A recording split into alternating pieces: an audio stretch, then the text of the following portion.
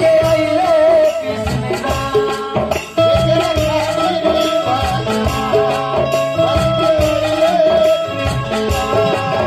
तेरा खातिर भगवान बन के आइले कृष्ण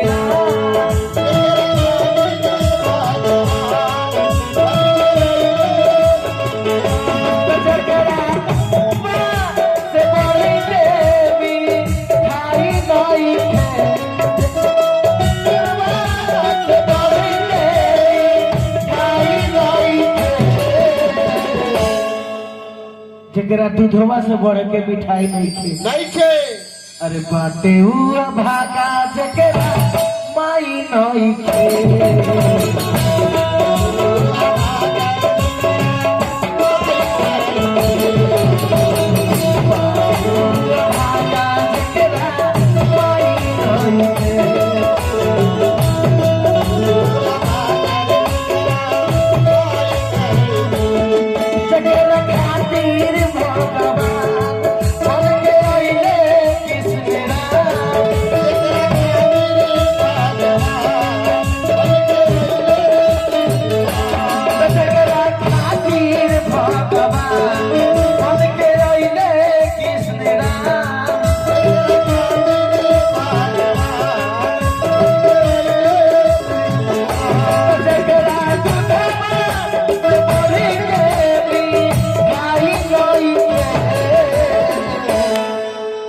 अरे बाटे हुआ भागा जकरा माई नई के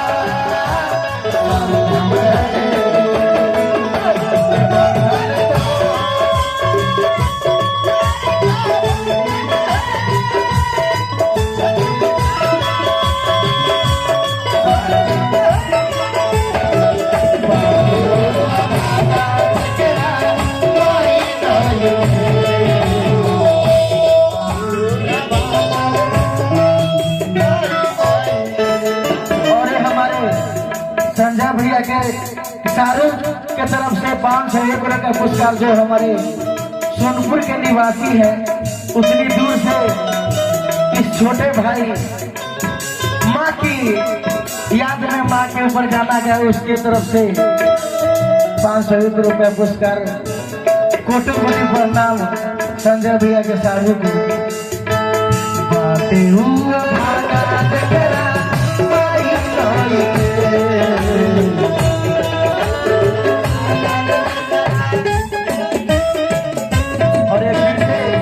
पुरस्कार के दौर में संजय भैया के समझी के तरफ से 101 रुपया पुरस्कार जजहिया के जजकार बा और बिजनेस में ऐसे ही माता रानी से कामना करेंगे कि दिन रात सगुना होता रहे। ये भोले बाबा ये माता दे दुर्गा इनका घर परिवार को ऐसी सलामत रखी हो। बाटे हुआ भागा जगरा माई नई के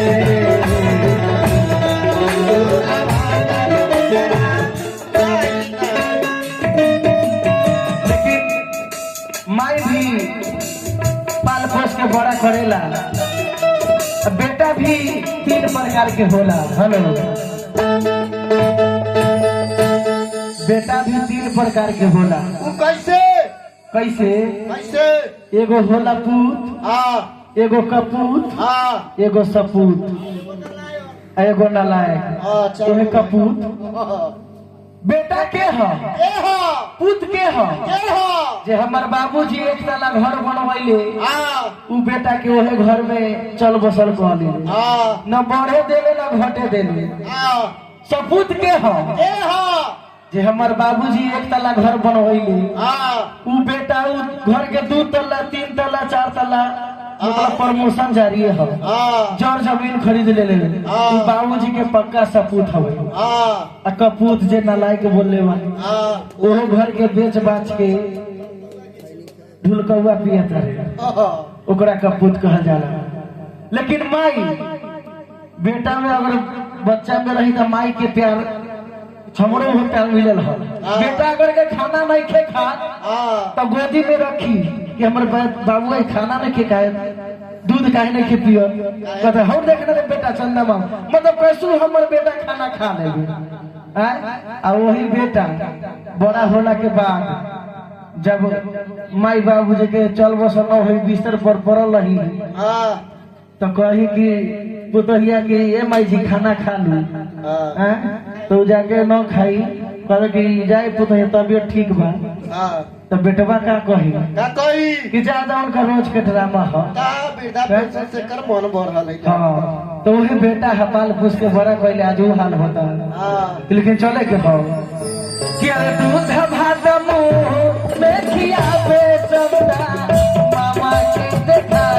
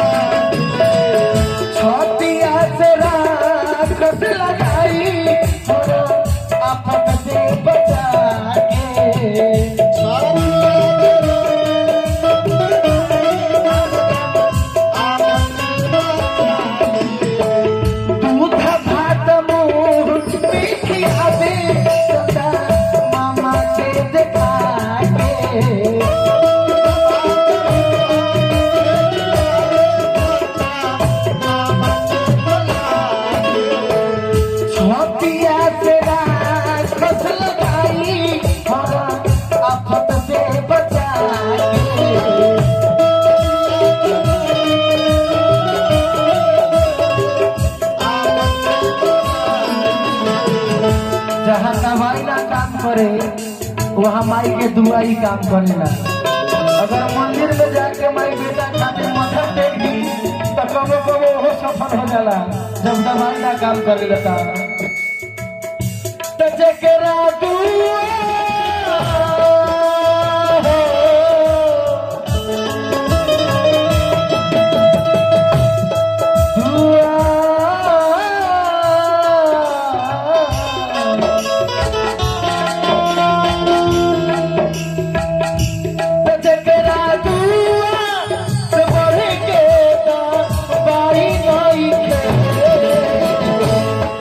संजय भैया अरे बाते हुआ भागा जगरा माई नई के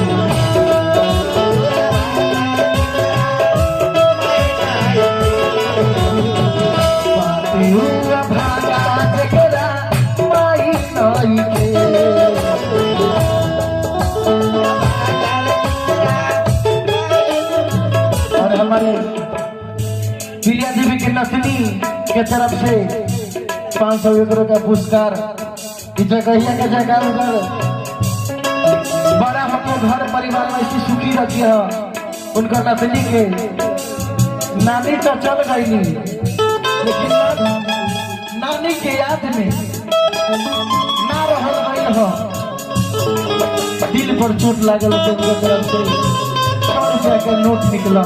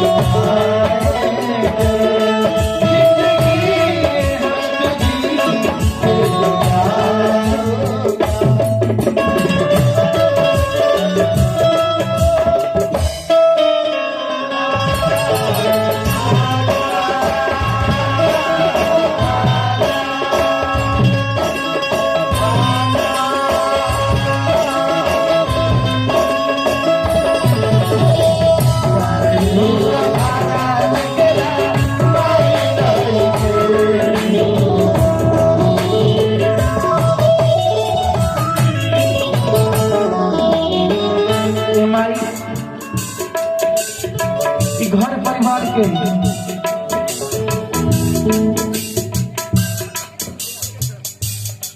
और ये घर के तरफ से जो भी है, हेलो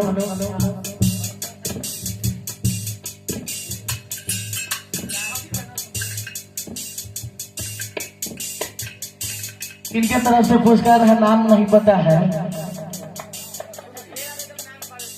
नाम कह देंगे फिर जोर से।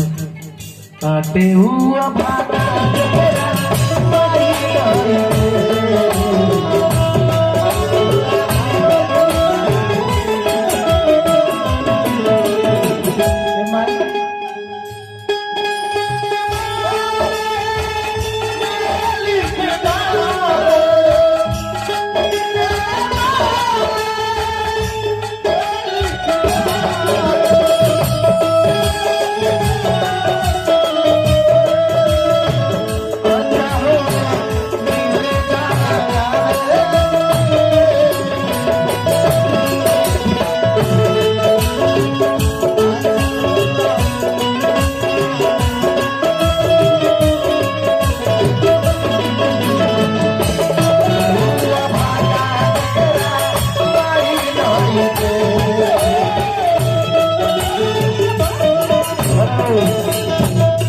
और दूसरे हमारे संजय भैया के साली सुधा देवी के तरफ से 500 रुपये का पुरस्कार।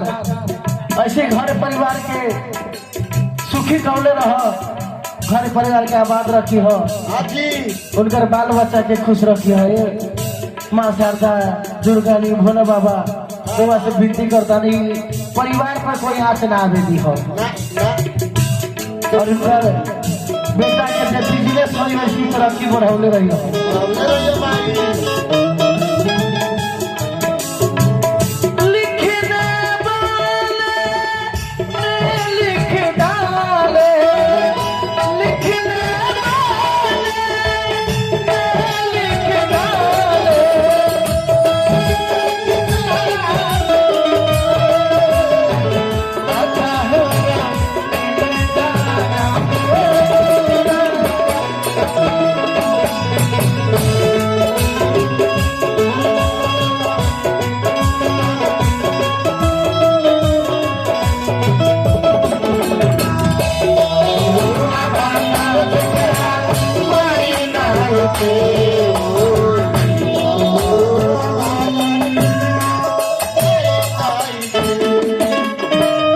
लेकिन संजय भैया राम माई हमरा माई, हाँ, और हमारे वैशाली जिला के नाल बादल वैशाली ब्रांड हमारे गुलाब भैया वीडियो कॉल पे हैं। आज सभी दोनों व्यक्ति हमारे साथे हैं, वैशाली जिला का जो भी हमारे टीम है इन्हीं से सीखे हैं। आज हमारे बीच में अभी नहीं आए हैं बजाने के लिए, लेकिन कभी कभी दिखते हैं। लेकिन ऐसे यूट्यूब पे ऑनलाइन का जमाना है, ये आप लोग देख सकते हैं। गुलाब भैया वैशाली जिला के बनाने बहुत ही अच्छे नाल वादक है, और गुलाब भैया को यहीं से हमारा प्रणाम है। ऐसे ही भाई पर आशीर्वाद बनाए रखिएगा। लेकिन संजय भैया ये बात कह रहे हैं, रोही रोही माई के याद पे उनका गोइला के बाद रोही रोही याद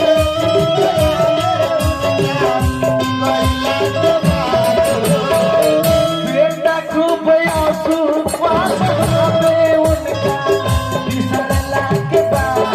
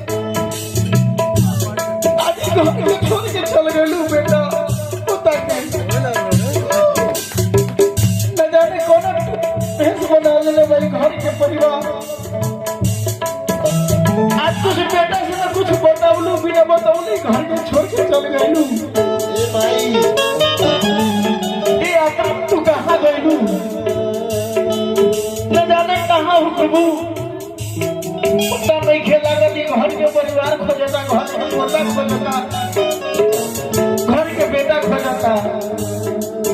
तोरा वियोग में बेटा पागल के भेष बना ले लो। माई रही रही माई के आते आते उनका कोयला के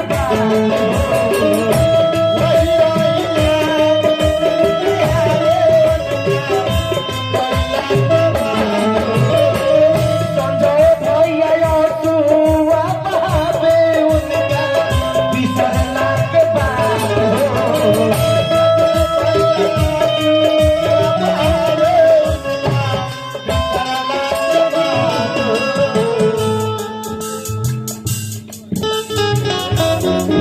अरे हमारे माता श्री के बड़का दामाद जो दिल्ली के निवासी दिल्ली है, उनके तरफ से 500 रुपये का पुष्प, कोटि कोटि प्रणाम। आप ऐसे ही जहाँ भी रहे स्वस्थ रहे मस्त रहे, माता रानी से कामना करते हैं कि ऐसे घर परिवार सुखी रहे। भोले बाबा से निवेदन करते हैं घर परिवार पर सदैव आशीर्वाद बनाए रखें।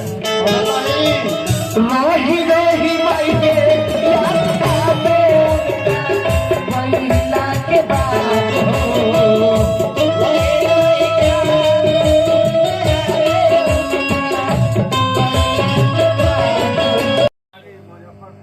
लगला टिक टिप टिप आए हो। और मास्टर साहब के दामाद जो लीची व्यापारी मुजफ्फरपुर के, लीची बड़ा नाम है मुजफ्फरपुर का। उनके व्यापारी हैं, उनके 100 रुपया अभी मोजर लीची का अभी तो मोजर दिया है ना, अब ना बिक्री होगा। मोजर खरीदा रहा है तो उनके तरफ से भी है। चलिए 500 रुपये का पुरस्कार। जब लीची बिकेगा ना आपकी बार तो पेपर पर कर दीजिएगा, पेपर नंबर हमारा ले लीजिएगा एक के बाद। कि बात सच बात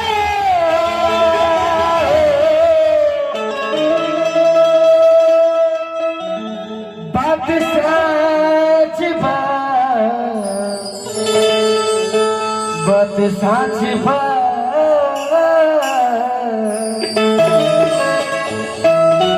सच बा कि भाई जैसा भाई नहीं खे, भाई का प्यार। देखिए फिर से पुरस्कार के तौर। वाह आवो हे लक्ष्मी आवो। ये हमारे मास्टर साहब के पत्नी और हम मास्टर साहब के भैया बोलते हैं, तो समझे हमारे भाभी जी के तरफ से। भाभी जी के तरफ से दिल पे लगल है चोट, तो 100 का नोट निकलल है। अपन सौआ के निकले। संजय भैया पूरी बांटते बांटते कहीं बुनिया बांटने तो न चल गए कहीं। अभी पैसा बांटने का समय है तो पैसा बांटते हैं।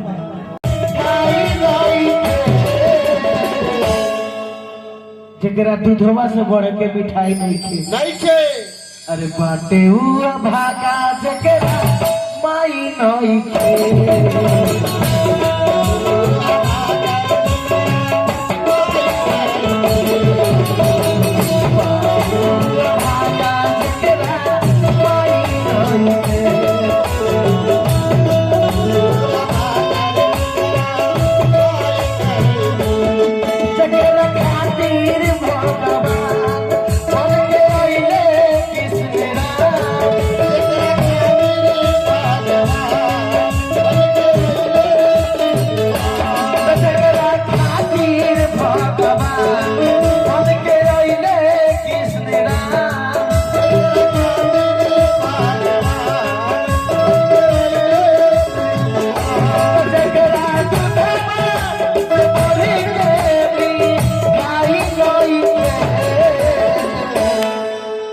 अरे बाटे भागा जकरा माई नहीं खे।